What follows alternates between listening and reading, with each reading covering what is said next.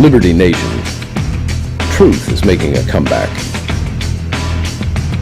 Hello and welcome to Liberty Nation's Liberty Nation TV. I'm your host, Mark Angelides. Today on LNTV, we're going to discuss a topic that has ramifications that may even be greater than first supposed. The FOSTA and SESTA bills have been signed into law by President Trump, which seek to essentially stop child sex trafficking through the internet. But there are larger issues here in terms of what it means in legal terms, what implications there are for internet usage and publishing. Now, I'm joined by the sharp and brilliant legal mind of Liberty Nation's Scott Cosenza to shed more light on the bigger picture. Thanks for being here, Scott. Hi, Mark. Great. The first question is, could you explain to us precisely what FOSTA and SESTA are? Yes, so it's now one bill, and it's a bill that Fight Online Child Sex Trafficking Act, I think. And of course, with a name like that, the more pious the name, I think, of legislation, the more on guard we have to be that, the Save Babies Act, right, will be the worst piece of legislation that could be imagined, because it's named in order to cast that anybody in opposition is a monster. And this is similarly situated. Why wouldn't you want to fight online child sex trafficking? Well, the reason why you might not want to do it is because of the free speech protections that it removes. And so that's the important issue here, is that this bill... I think the Democrats actually did a Save Babies bill, and it was co-sponsored by Planned Parenthood or something. Right. So, I mean, obviously, it's a laudable goal to want to reduce the incidence of child sex trafficking. And trafficking is basically the use of force or coercion in a commercial sexual act or any transaction involving a minor. And it is a laudable goal, and it's important to do. But what people who object to it, and I object to it, is that it reduces our freedom substantially in trying to achieve that goal, and in fact will not actually further the goal. And I think gun control is a fine analogy here. Tim Donner of LibertyNation.com is fond of talking about one-step thinking, which is sort of like, well, there was a shooting at a school and they used this gun. Well, let's just ban that gun, and then we've taken care of the problem, right? Yeah. And if there are websites where child sex trafficking is happening, let's just ban those websites or make it illegal, and that we've taken care of the problem. But that's not the case. We haven't taken care of the problem, and the problem is that Section 230 of the Communications Decency Act gave the ability for the internet to flourish by doing one very important thing legally, which was make website operators not liable for the content that people who used their websites generated and posted. So Reddit is a popular... go ahead. So what this actually means in real terms is that if I owned a website that allowed a user, you at home, to post your own content within that site, at present, under Section 230, that means that I'm not liable or in any way responsible for the content that you, the user, posts. Let me just correct you. That was true until this week. Not at present. So this is president a week ago. Now with this bill, we don't know. Yes. All right. So, I mean, many of these criticisms of the bill, as you say, is because they have the impact on Section 230. So, just to be very, very clear for our listeners, what is Section 230 and how does it make a real-world impact? So, Section 230 carves out a space for those websites to operate and be able to host content that they don't generate and cannot fully vet. For instance, you can imagine the staff that would be required to vet every single YouTube video posted in a day to make sure it didn't run afoul of any legal guidelines, whether that be libel or slander or other content guidelines. It would just be impossible and make the platform unusable. Now, they do have a system of reporting problematic videos, but but they can't review everything. Reddit can't review every post. Craigslist can't review every post that's made for properness. It just would make those platforms completely non-viable. And in fact, one of the reasons why we've seen so much innovation in website and IT in the United States is because of this protection. That's where these places can grow and flourish, because they're not held liable. People are still held liable for the things that they do.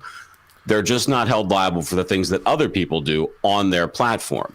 This occurs to me that there's a thing that you see on pretty much every website, newspaper, that the opinions and ideas of the people presented in this do not necessarily reflect the ideas and opinions of the publisher. Is that impacted by this?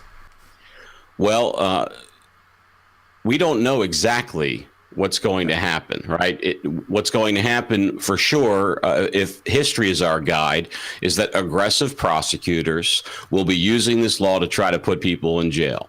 What we do know is that those who are not eager to see themselves be prosecuted for the actions of others have already taken steps to eliminate their user-provided content features. So, for instance, Craigslist had a large and thriving personals section. Yes. They have eliminated that. As soon as these bill pair passed the Senate and the House respectively, they just eliminated it right away, because there's actually a retroactive feature in the bill. This, by the way, I just want to hasten to add, this will be challenged by a coalition of liberty-minded activists in court, and we'll see if it stands the test of constitutionality. There are, I think, some profound troubles with it, and where it may not pass that. But in the meantime, what is a website operator to do? Well, Craigslist, which is the largest online website in the the largest online classifieds website in the United States, has already removed that section. And the second largest online classified website in the United States, Backpage.com,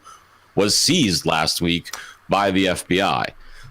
So that's what's happening with these. Yeah, I read in your article, which is on site at libertynation.com, by the way, that the Backpage co-founders have been charged with aiding prostitution. Is that right? That and money laundering and a number of other federal crimes. Yes. Okay, but they're not being charged under this new law. No, right? Wasn't yes, even in place. Which is actually an interesting argument to defend against the nature that this legislation was somehow needed in order to facilitate the prosecution of people who may have actually behaved inappropriately under the law. You know, I've heard a lot of internet chatter about how these laws are making things more difficult and less safe for prostitutes, because apparently that they were using sites like Backpage, for example, to vet their clients in advance. And while I feel every sympathy for them, I mean, as a lawyer, how is this a legal defense? I mean, should there be laws in place that protect people engaged in what I think it's still considered an illegal act in the US? Should there be laws in place to protect people who are engaged in committing what is essentially a crime? Well, no, there shouldn't be laws in place that protect people who are engaged in crimes, but the decision to prosecute is political, and the decision to prosecute involves a triage process. We have so many laws that we can only prosecute and spend resources on addressing some number of them, right? So we don't have people out giving speeding tickets for driving 26 miles an hour in a 25 mile an hour zone. We triage that, and it's only the people who are really dangerous that we try to go after. And the same had been true for this area, which was that Backpage actually was seen as a net plus for law enforcement, because Backpage was so popular and it was sort of the go-to place. What it allowed for law enforcement was to be able to concentrate their investigative resources in one spot, namely Backpage, and namely looking for those who were underage and those who were trafficked. Now they don't have that opportunity. That what's happened to that traffic is it's just been dispersed. Okay, it's been driven to other places. It hasn't been reduced. Mark, I spoke with Kimberly Melman Orozco, who is an anti-trafficking advocate and an expert in the trafficking of commercial sex workers in the United States, and she does not support this legislation. She does not support the shuttering of Backpage because of the reasons that I just talked about. She thinks that regarding her law enforcement context, Backpage was relatively responsive and quickly turned around information and subpoena requests. And the situation now is that the veneer that Facebook and other social media platforms are able to operate under just means that that's where the traffic will go. It has all, in fact, it's not that that's where it will go. It has already gone there, according to Ms. Melman Orozco. So it hasn't done anything in actual aid of the people that it was supposed to aid, and in fact has frustrated the efforts that law enforcement has already undertaken to help those people, and yielded a net loss for liberty and free speech. It seems like it's all bad news, except for the people who get to pat themselves on the back and said that they are heroes for protecting the victims of child sex trafficking. They certainly have won, but for everybody else, it seems like a bad news situation. I mean, I can certainly see why the idea of disrupting what I presume were normal operational procedures for sex traffickers by making their job, their ability to work more difficult. They're more likely to make mistakes. So I can certainly see it from that point of view. But I think echoing back to what you said earlier about the one-step approach to a problem, yeah, I think that may be what we have here. It may be a one-step solution which doesn't really encompass everything that needs to be encompassed with it. So that combined with an insufficient... Yeah, I was just going to say that we have that combined with, as is typical from our politicians, an insufficient reverence and regard for the precious rights of the people that they infringe upon with a stroke of their pen. Well, thank you for that, Scott. It's an incredibly enlightening discussion, and it's always good to have a range of opinions on matters that can divide, such as this one. And a huge thank you to you at home for watching. Scott has an in-depth article on this topic up on libertynation.com right now, and you can visit our site to see more videos, podcasts, radios, and articles. It would be great for us if you could subscribe and leave a comment down below. Until next time, I'm Mark Angelides, and you've been watching Liberty Nation TV. Liberty Nation.